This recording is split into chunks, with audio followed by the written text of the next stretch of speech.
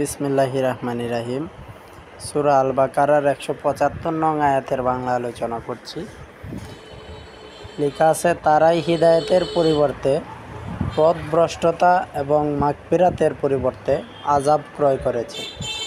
অর্থাৎ যারা ভালোর পরিবর্তে মন্দ, যারা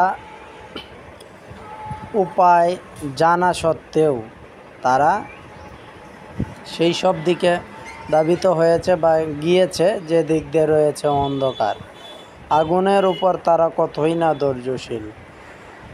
যারা দুনিয়ার মায়ায় পড়ে হালাল থেকে হারামে চলে গেছে, যারা ইচ্ছা করলে হালাল রিজক বা হালাল উপার্জন করতে পারত, কিন্তু তারা হারাম উপার্জন করেছে শুধু দুনিয়ার জন্য।